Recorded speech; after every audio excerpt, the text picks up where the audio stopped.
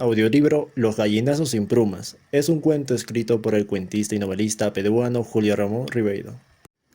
Julio Ramón Ribeiro nació en la ciudad de Lima en 1929. Es un escritor peruano, figura destacada de la llamada Generación del 50, un grupo de escritores que buscó una renovación en la narrativa peruana y que tuvo como tema preferente la descripción de los cambios producidos en la sociedad limeña, que comenzaba a sufrir por esos años un acelerado proceso de modernización.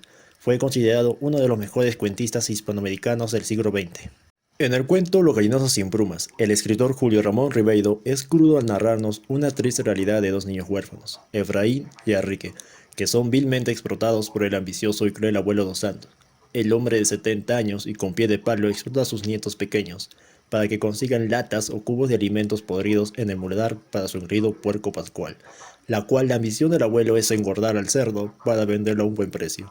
El cuento denuncia la injusticia social y la explotación infantil que se da en los lugares pobres que están dentro de una ciudad opulenta de Miraflores de los años 50. Los gallinazos sin plumas. Los Santos se levanta temprano y llama a Efraín y a Enrique para que traigan la comida para el cerdo hambriento pascual. Los niños se despiertan y salen corriendo a la acequia del corralón. Después de lavarse la cara, agarra cada uno su lata vacía y salen a la calle. En el camino se detienen, subiéndose los árboles para arrancar y comer moras o recogiendo piedras. Cuando terminan de jugar, se dirigen con sus cubos vacíos a una larga calle miraflorina, donde hay casas elegantes. Los dos muchachos, después de un breve descanso, comienzan su faena. Cada niño elige una seda de la larga calle, donde los cubos de basura se encuentran alienados delante de las puertas. Efraín y Enrique voltean los cubos de basura y empiezan a realizar una exploración minuciosa, encontrando una serie de cosas como algodones usados, latas de sardinas, pericotes muertos, pedazos de pan.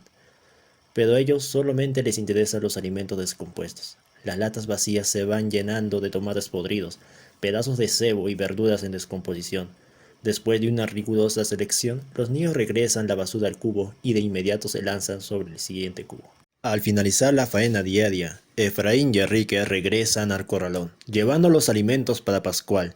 Cuando la provisión de alimentos era buena, el abuelo se alegraba, pero cuando la ración alimenticia para el hambriento Pascual era pobre, el perverso anciano insultaba y maltrataba a sus nietos.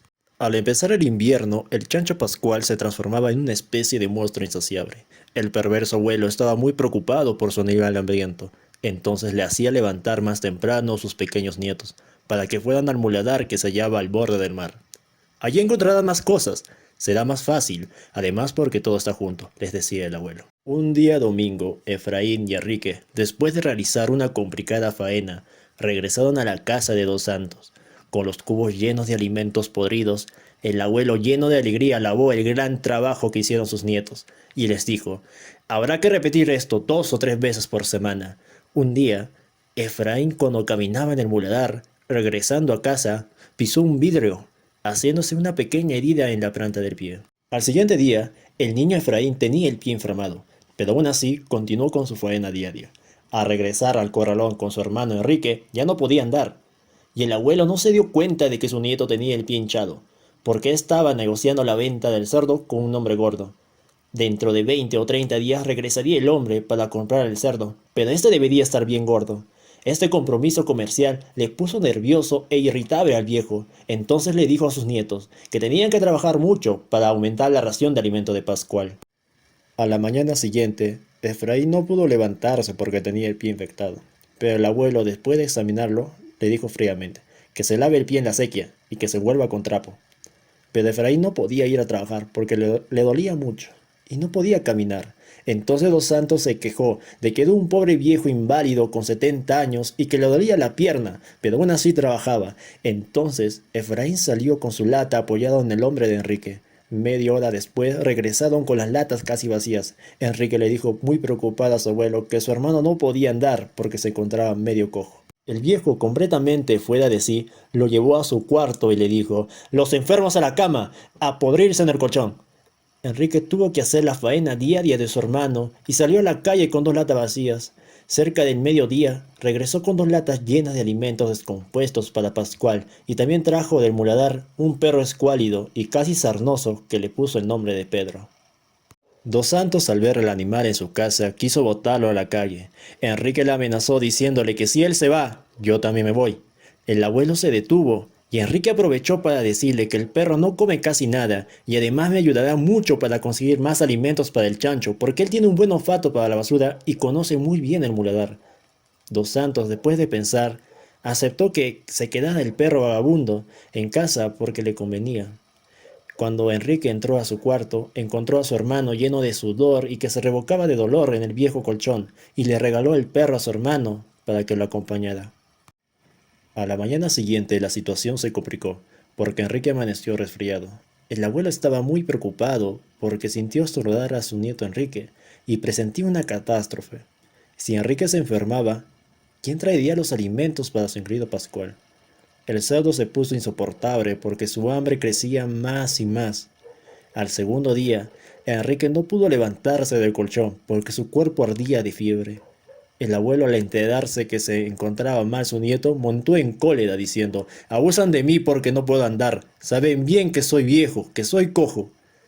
Después de maltratar psicológicamente a sus nietos, el viejo se lanzó a la calle, llevando las latas vacías en busca de los alimentos para su engreído cerdo. Pero a la media hora regresó derrotado. Dos Santos amenazó a sus nietos diciéndoles que si no trabajan se quedarán sin comer. Al día siguiente nuevamente trató de repetir la faena, pero tuvo que desistir. A la hora celeste del tercer día quedó desplomado en su colchón. Luego gritó enloquecido: «Si se muere de hambre será por culpa de ustedes». Desde entonces comenzaron unos días interminables de angustia. Los dos hermanos sufrían un encierro injusto y forzado. Efraín se revolcaba sin descanso en el colchón sucio y Enrique tosía. El abuelo, a medio acostar, jugaba con su pierna de palo y las miraba con sus ojos feroces. Por momentos lanzaba lechuga o zanahorias crudas a sus nietos con la finalidad de excitar su apetito, creyendo que les aplicaba una forma de castigo. La última noche de luna llena nadie pudo dormir. El abuelo pasó la noche en vela y guardó silencio. Cuando amaneció, don Santos empezó a gritar como loco, diciendo: «¡Arriba, arriba, arriba!», a levantarse ociosos. Luego, fuera de sí, empezó a golpear con fuerza a sus nietos. Efraín se asustó y lloró de dolor. Enrique se levantó de inmediato del colchón y le dijo que iría solo al muladar para traer la comida para el cerdo. Enrique cogió los cubos y salió corriendo a la calle. Cuando abrió la puerta del corralón, el perro Pedro quiso ir con él, pero le dijo a su perrito: «Tú quédate aquí, cuidando a Efraín», y de inmediato se dirigió al muladar. Después de realizar una ardua faena, regresó al corralón con los cubos llenos de alimentos descompuestos. Al ingresar al corralón sintió una rara sensación que le obligó a detenerse. Lo sorprendente era que esta vez había en el corralón una inexplicable paz cargada de malos presagios, como si toda la violencia estuviera en equilibrio a punto de derrumbarse. Enrique vio a su abuelo muy extraño y que estaba parado al borde del chiquero viendo el fondo. Se le acercó con las latas llenas de alimentos y le dijo: «Aquí están los cubos». Como el abuelo le dio la espalda y se quedó callado, Enrique presintió lo peor, soltó los cubos y de inmediato se dirigió a su cuarto. Al ingresar a la habitación, encontró a Efraín llorando por su perro. Le contó a su hermano Enrique que el perro le había mordido al abuelo y después oyó que Pedro estuvo aullando. Después de escuchar a su hermano, salió a buscarlo y como no lo encontró, se acercó a su abuelo y le preguntó: «¿Dónde está Pedro?». Dos Santos se quedó callado.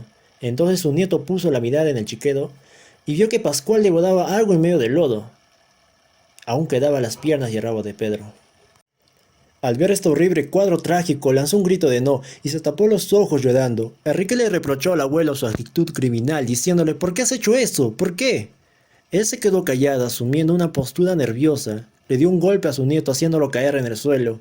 El niño cogió la vara y con fuerza le golpeó el pómulo. El abuelo, cogiéndose la cara, retrocedió un paso.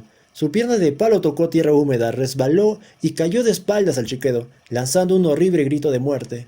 De inmediato, Enrique fue en busca de su hermano Efraín para huir de ese infierno en que vivía.